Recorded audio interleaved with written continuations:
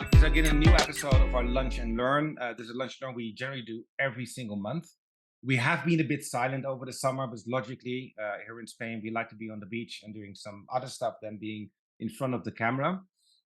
For this week, we have a special guest, Gemma Cassadeval. I know Gemma for quite a long time. I think she was one of the first persons we met when we moved to Spain. And she was so helpful, so amazing to guide us through the maze of what is business life in Spain. We invited her today because I think she has an amazing story to tell, and especially looking at how she climbed up as executive.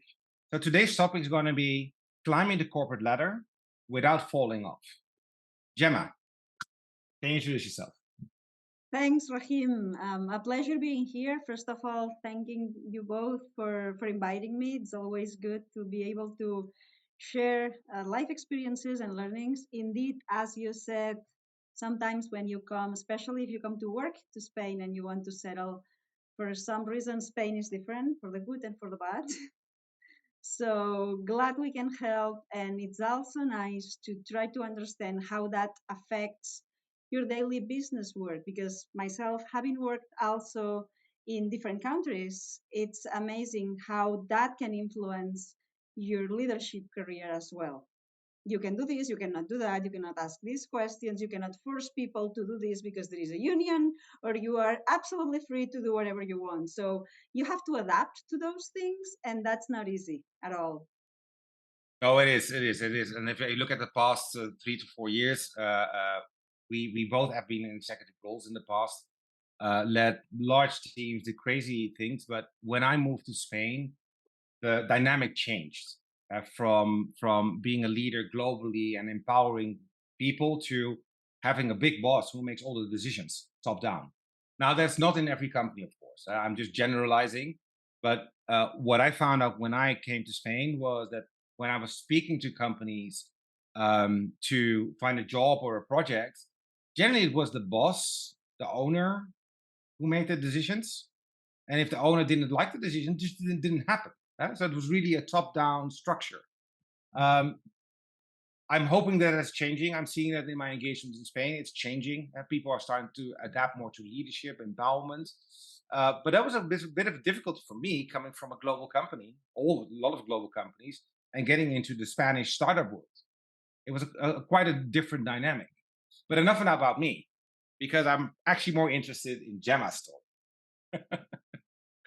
So if you look at your story, and let's maybe start in a bit of background in who you are, what you do, what your company does, but also a bit of a history. Let's start with that first. Well, my name is Gemma, as you know, and I'm a pharmacist by training. I have a PhD in pharmaceutical sciences. I graduated in Barcelona, Spain.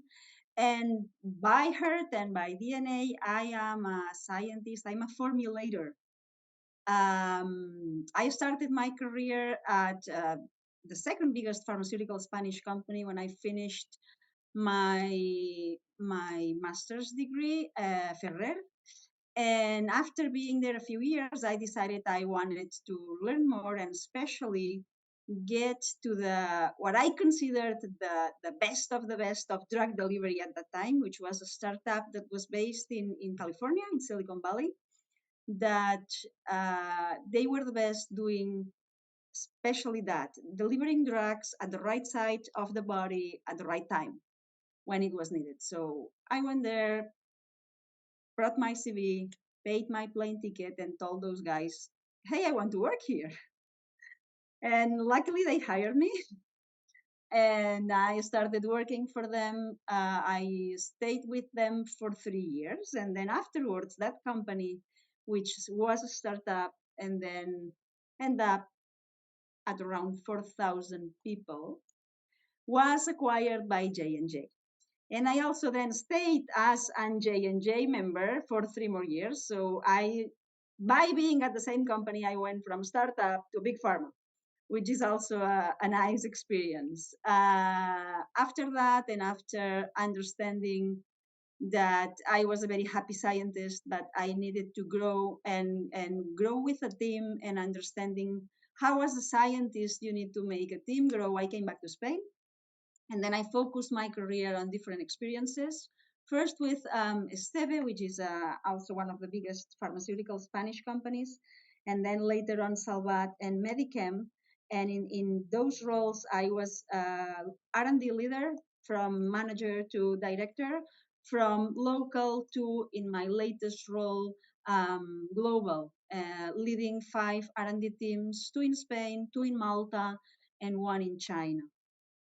Uh, and that's been fun, especially coming from the scientific perspective, and understanding that it's not easy, that you do miss the lab, but if you want to have a growing team, you have to step aside in the lab and start doing business pretty much. So you have to go to business school, you have to understand what the role, what's most important in the role as a leader besides having a background as a scientist. And then nowadays, I lead as a CEO a company based on food supplements, on nutraceuticals. And the basic core business is doing development for third parties. We don't have our own branch. And then sometimes, if the manufacturing is really complicated, we also have a production plant now, and we also manufacture ourselves for our clients. So here am I, being the CEO that comes from R&D. What I really find interesting in our earlier conversations is that Gemma said one time to me, "I'm actually a nerd. I like being the scientist, but now I'm a CEO of a company. I have to change. I have to change the dynamics." If you take that, Gemma, along the way, if you look at your current company, you're doing really well. The company is doing really well. Like we talked this week, it's an amazing push you're giving forward in the market. The company's growing, potentially double digits. But along the way, you're working with scientists. What is the most important thing you learned? I think that if you're working with scientists and learning from my own life and my mistakes, you have to help them understand at least 2 things that are never told at any scientific career, which is, at the very end, what's important is the client and what the client wants. Because you can reinvent the wheel, or find something that scientifically wise is extremely interesting, or you can have a patent. But if it has no place in the market, if it's not the right time, because sometimes scientists have ideas that are not in the right place at the right time, if the market doesn't want it, it's not worth it. Keep your effort for another project, because you will need it. And maybe you can have that in a drawer and putting it out in another time. So be aware of that. And then the basics, the very basics of business school, you also have to teach your team. Earnings, margins. Scientists are not prepared to do that. We're not computed, we're not programmed to understand that. So it's something that you have to remind your team constantly. Okay, but the client doesn't want this. Okay, but remember that. Everything else comes along, because developing, which is the most difficult thing, they are doing that. They love it. They love it already. I hear already a core basic challenge what I see with basically in any business. It's not only in science, but it's also in IT, in tech and all other businesses, is that you can have the best know-how in how to make something extraordinary. But if your client is not ready for it, and I'm not saying it isn't a good idea, but a client can at that moment in time not ready for it, there's no point. You can't run a business on air, on good ideas. Exactly. Yeah. It's extremely important. So when you look back, is there something you wish that someone would have told you, what they didn't do before? What would be something that would have made your life a lot easier? I'd say that coming from a scientific perspective, it helps a lot, you're not going to change your DNA. So it helps a lot to adapt yourself to what the ladder that you're looking at needs. And pretty much your boss, your boss's boss, and your boss's boss's boss need to make decisions. So you need to help them make decisions. And if you're a scientist, you can help a lot by taking away uncertainty. And a very easy way to take away uncertainty is with data. And there's nothing much better that we scientists can do that bring data. So I used to have, depending on which moment in the company we are and which part of the month we are, I also have always a quote that helps the team. This month is life is simple, but we insist on making it complicated. So keep it simple. But I used to have one that would say, "In God we trust, all others bring data." It is what it is. If you need to help a boss make a decision on an investment, a big investment, a decision on a team, let's support it with something that really can help, which is, look, the numbers are here. It shows that it will work, or we might be taking a risk, but the amount of risk is such percentage. That can help a lot. And also the other very basics that I've learned as I've grown up, but it seems easy, but no one tells you. If you don't know how to proceed, use common sense, please. It's as basic as it is. Common sense. Because again, it's easy. It should be easy. Yeah. But if you talk about common sense, you just were talking about scientists are not made to run a business. Correct. How do you get them? How do you get them so far to actually understand the business side of things? Because it's not just, I love the quote. The quote helps to bring the fun into the game. It helps with change and the dynamic of thinking in something new. But there is a secret behind it to get them really to understand where your company is going, what the company needs. I think there is a lot of good communication, also teamwork. And these scientists understand very well if you have someone very much specialized in a field, they can be very good on that specific team, but they have no idea on how to run the next department's business.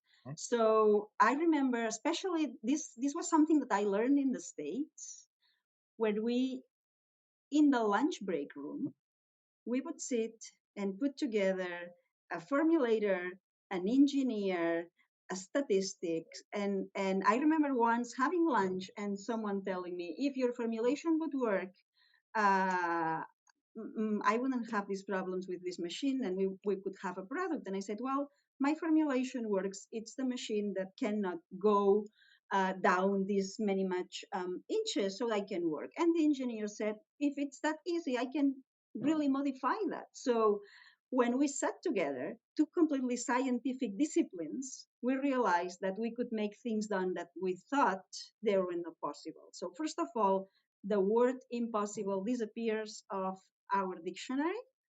And secondly, teamwork, teamwork, teamwork, communication. Breaking down the silos. Exactly. And then there is the third part, which is something that my team knows very well. My two favorite words that are ownership and accountability. Then you're given an assignment, and that's your assignment. You have to feel it that it's yours, it's your baby, and you're accountable for it, for the good and for the bad. And that helps a lot because if everyone has the small piece of the puzzle but handles it with ownership and accountability, that really works. But that's all about empowerment. And not everyone is ready to take that empowerment. And in Spain, the biggest challenge is empowering middle management. I never sit with the directors. They are senior people, they know how to run, they make decisions, they sign paperwork.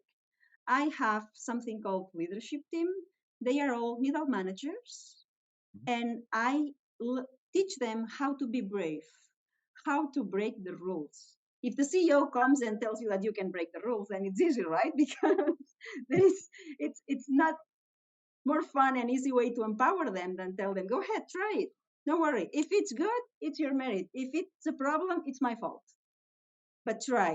And then after 2 or 3 times trying, they are not afraid to do so. And if we do 10 tries, maybe one fails, but it's just one. And it's an easy way so that the company moves forward really, really quick. And I think that's part of the secret of the growth we're having. We're going to double digits this year, which we would never imagine. And it's because we're trying things that otherwise too much respect. Well, we have never tried this. Maybe we cannot do it. Why not? Try it. Fail fast, fail cheap. Yeah, yeah, yeah. I like to feel cheap actually. I always use fail fast, learn harder, but fail fast, No, feel no. cheap. Fail fast, fail cheap. Good one.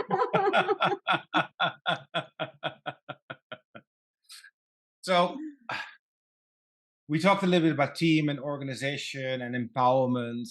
If you now look at one of the most memorable moments you had um, that resulted into something you didn't expect. You were just mentioning, okay, double-digit growth we didn't expect. But what is the most memorable moment working with your team? I think that, especially in the company I'm now at, we actually, when we decided that we were going to do, we were a development company. We didn't have our own facility. And we realized that if we were going to give our formulations outside to different manufacturing CMOs or CDMOs, first of all, we were giving away our knowledge. And secondly, it was really hard to have non-trained people with that specific know-how to move forward. So we decided to be brave and buy a manufacturing company that actually was broke. So I still remember the feeling of, are we going to be able to pay the salaries every month? We started with a team of 8. Now we're 53, and we keep growing double digits. And I think that was a key turn moment that it, since it was not more than 3 years ago, the people that are growing with us, they still remember that. So we truly celebrate small wins because for us they are huge. Nice, nice, nice. I'm going to challenge George to chime in. George, you know how it works, huh? I generally challenge you guys to chime in. Is there anything you want to ask Gemma? What is top of mind if you listen to her story? Yeah, I've got many questions, but I would prefer to Gemma to complete, and then we can discuss that later on. Give it a thought. So, guys, I'm going to challenge you. This is just so you know you're going to be challenged at the end. Yeah, yeah. So, if we then go towards more, what is the advice you can give aspiring leaders who want to excel in their careers and potentially be an executive or maybe another role? But what will be the core advice, the core takeaways you would like to share with our audience? I would say that the biggest first advice, because in Spain, the culture in Spain, not so much in other countries I've seen or lived, but especially in Spain, you are supposed to climb up the ladder, otherwise, there is no success. This is a topic that may not be true. You may be very happy and very successful at a specific level of the company and be very good at it and be happy rather than keep climbing up.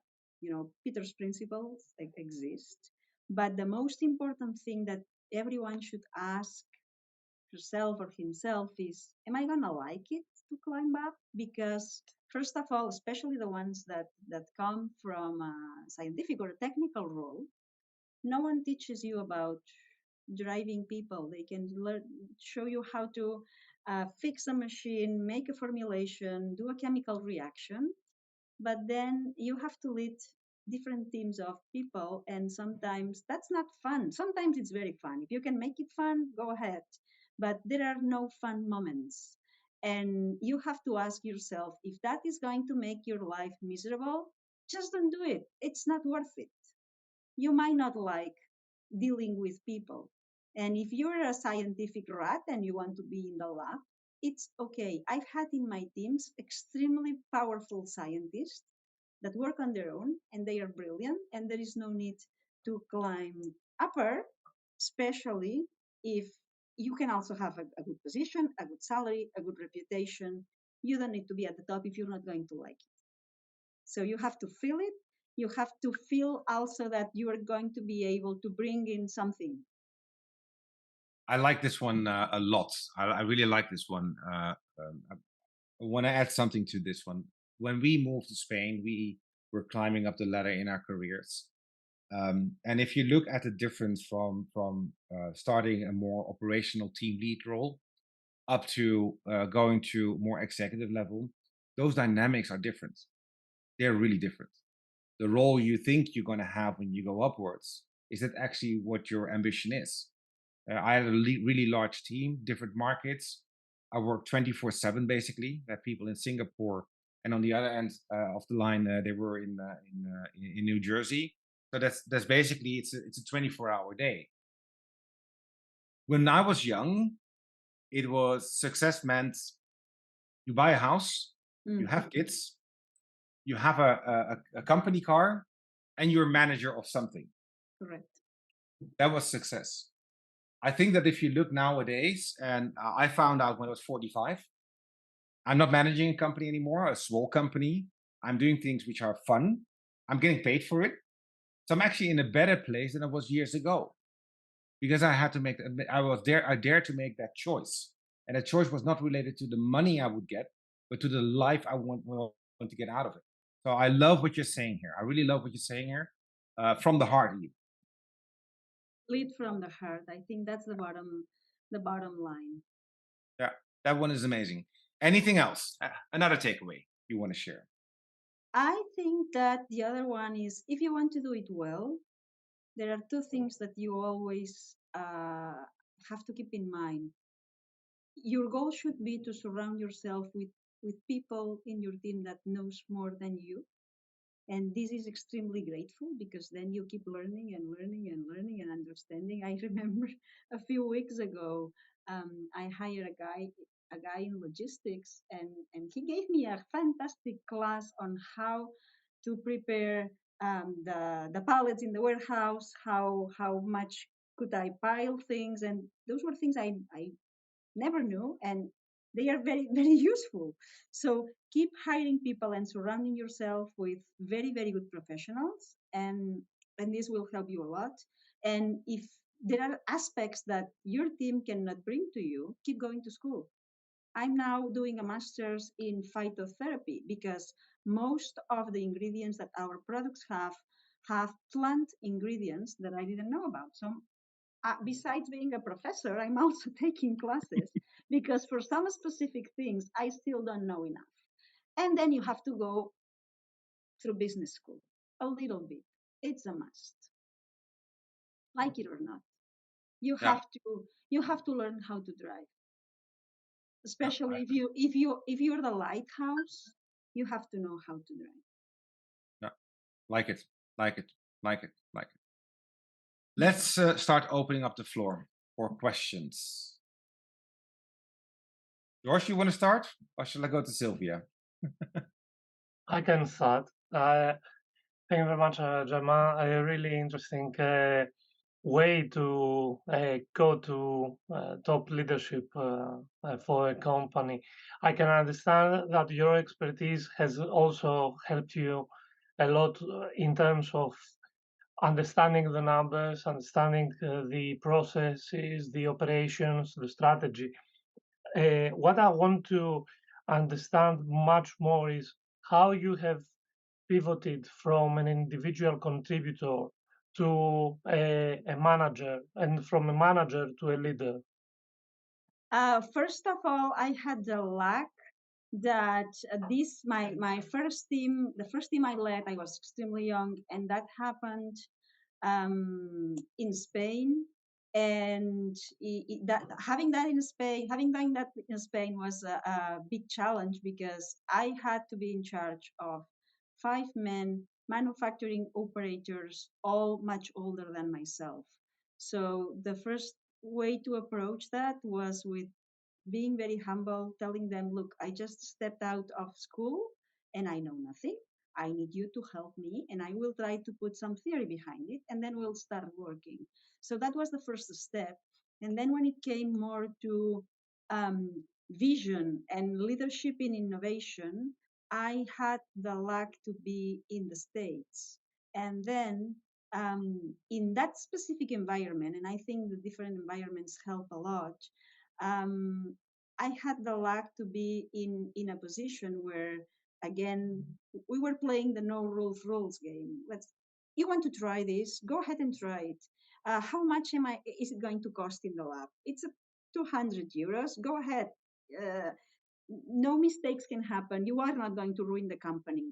Try it, and then encourage people to do it.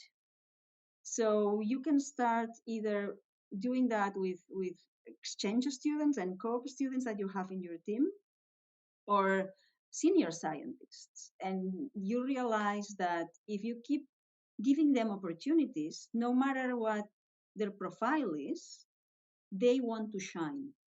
And your job is just helping them shine no matter what. And they keep it fits itself because they are happier, therefore they bring more ideas, and their ideas are more crazy, but they are not scared about it.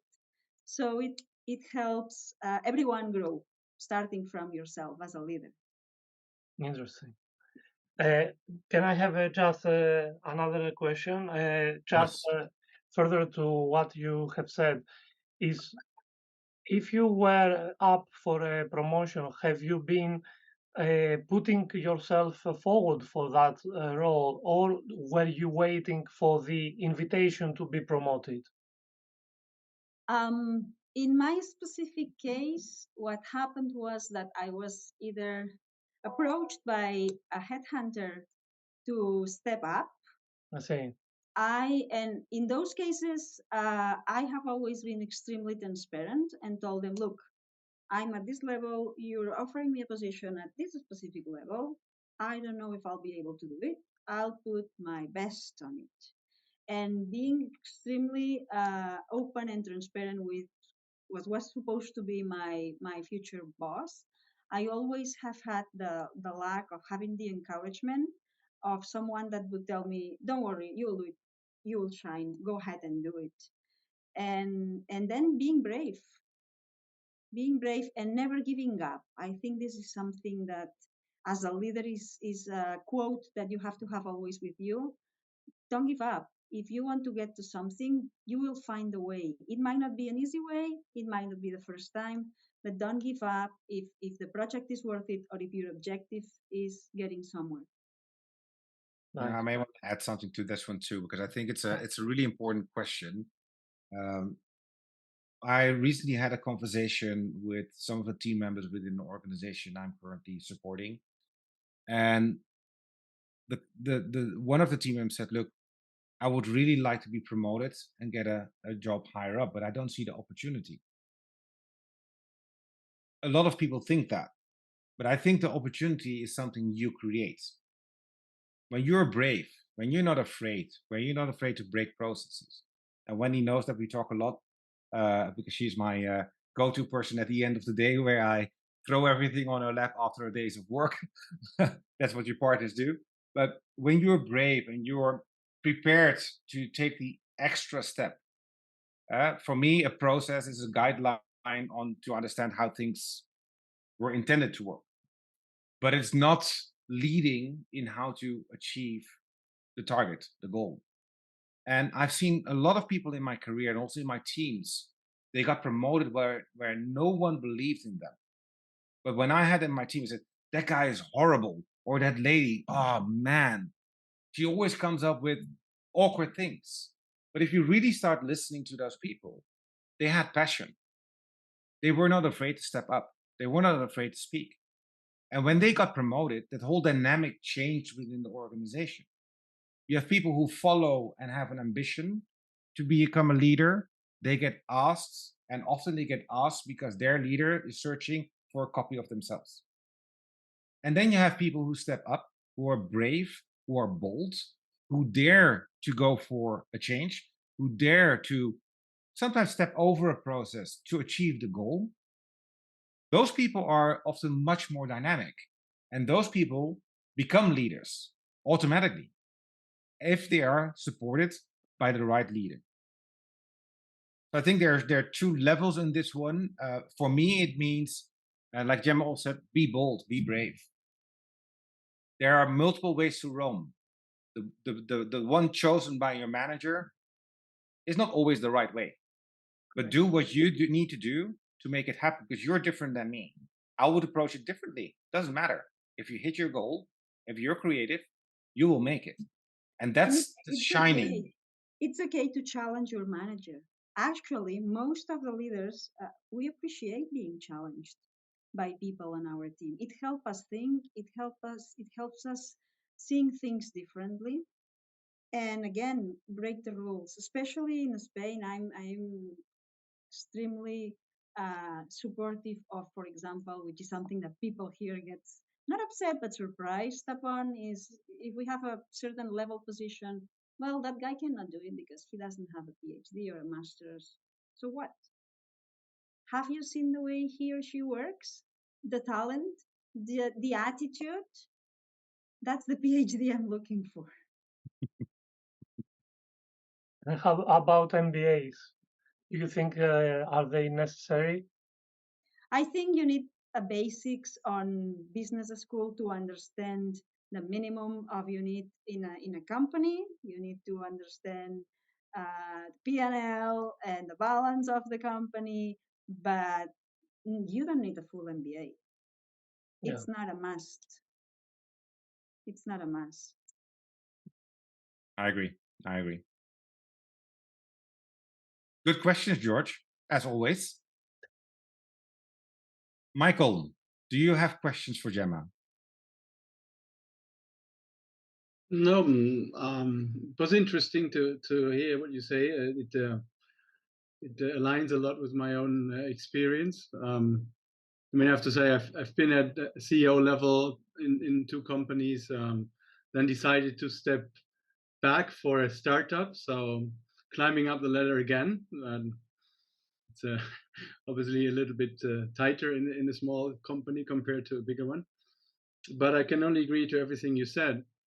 What I did find in Spain, though, and I think this is really also important, is I've seen a lot of managers with a very outdated management style. So this like not sharing information, like I know more than you, so that means I'm more relevant. I've seen managers being afraid of being overtaken by capable people in their organization and keeping them down, which is a pain because at some point these very capable people leave the company. And I can tell you, when I was in Airbus, for example, during 10 years, I had a lot of discussions with my management team, and they did not see me at a higher level.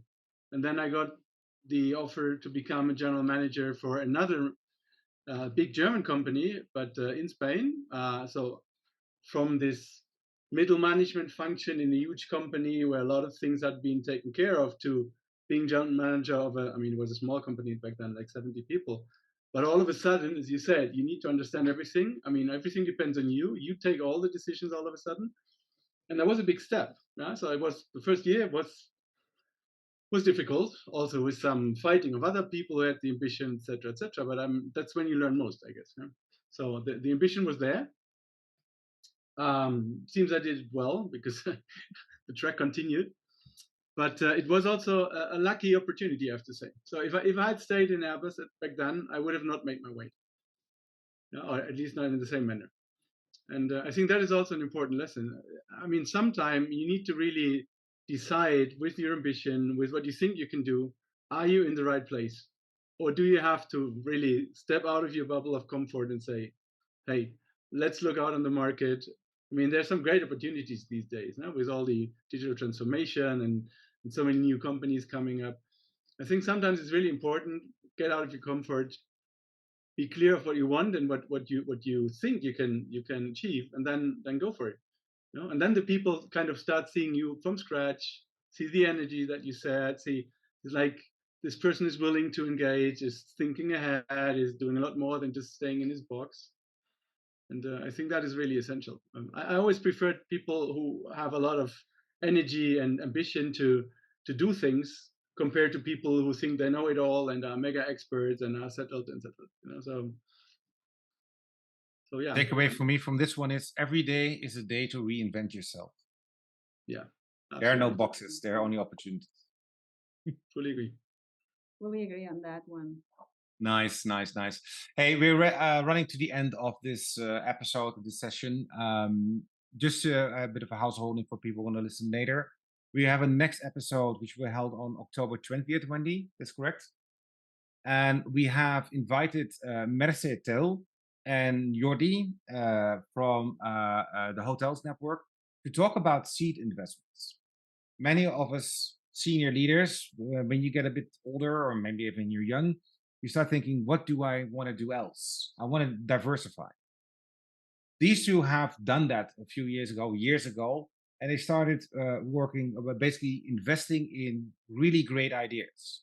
They lost money, they gained money, but I think it's a really important topic and really interesting topic for you guys to learn from people who have done it before and their pitfalls. And there are quite a lot of them. Quite a lot of challenge when you start doing seed investment or actually full investment into organizations. So that's on the 20th of October next month. For also the people who are listening, some of you guys are already part of our DNA community. We are re-kickstarting our DNA community again.